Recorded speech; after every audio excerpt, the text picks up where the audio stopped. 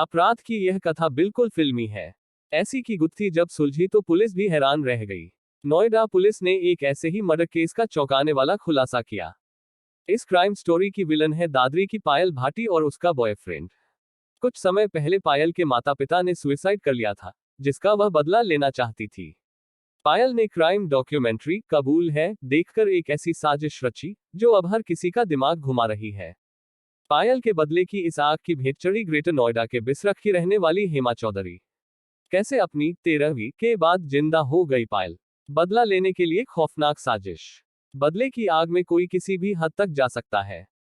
इस बात का अंदाजा इससे लगा सकते हैं कि दादरी की रहने वाली युवती ने अपने माता पिता की मौत का बदला लेने के लिए 4 लोगों की हत्या की साजिश रची। खुद न फंसे इसके लिए प्रेमी संग मिलकर पहले घर में अपनी जैसी युवती की हत्या की। पहचान छुपाने के लिए युवती के चेहरे पर गर्म तेल डाल दिया।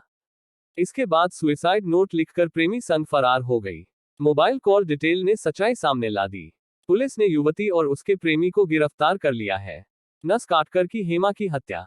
पुलिस के मुताबिक दादरी के बड़पुरा गांव की रहने वाली पायल भाटी के भाई अरुण की शादी करवाने वाले सुनील बुआ का लड़का ने 5 लाख रुपये उसके माता पिता को उधार दिए थे। यह रकम वह चुका नहीं पा रहे थे, इस वजह से मई में आत्महत्या कर ली थी।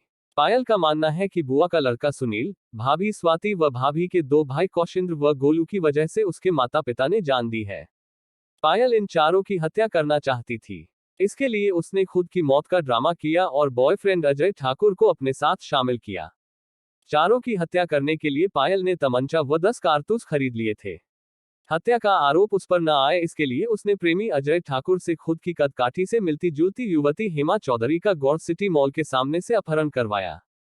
हेमा गौड़ सिटी स्थित एक शोरूम में नौकरी करती थी। घर पर हेमा चौधरी की हाथ की नस काटकर हत्या कर दी।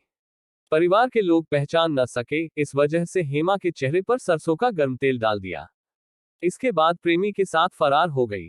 सुसाइड नोट देखकर घरवालों ने कर दी 13वीं। खुद की मौत का ड्रामा करने वाली पायल ने हेमा की हत्या करने के बाद घटनास्थल पर एक सुसाइड नोट लिखकर छोड़ दिया। सुसाइड नोट में आरोपी ने लिखा कि मैं पायल भाटी घर में पूरी छानते दौरान गर्म तेल गिरने से बुरी तरह से जल गई हूँ। मुझे समाज में कोई पसंद नहीं करेगा, इस वजह से मैं हाथ की नस काटकर अपनी जान दे रही हूँ। सुसाइड नोट के आधार पर शव को पायल का मानकर घरवालों ने अंतिम संस्कार किया और 21 नवंबर को 13वीं भी कर दी। 12 नवंबर की रात हेमा की हत्या करने के बाद आरोपी पायल व उसका प्रेमी अजय बुलंदशहर के भून चौराहे के पास स्थित भीमा कॉलोनी में जाकर किराए पर रहने लगे। दोनों ने 19 नवंबर को मंदिर में शादी कर ली। अजय 2 बच्चों का पिता है। हेमा 12 नवंबर को हुई थी लापता। हेमा गौड़ सिटी स्थित एक शोरूम में नौकरी करती थी। 12 नवंबर की रात वह लापता हो गई थी। मूल रूप से हाथरस की रहने वाली थी। वह ग्रेनो वेस्ट में सोसाइटी में किराए पर रह रही थी। परिवार ने बिसरख कोतवाली में उसकी गुमशुदगी दर्ज करवाई।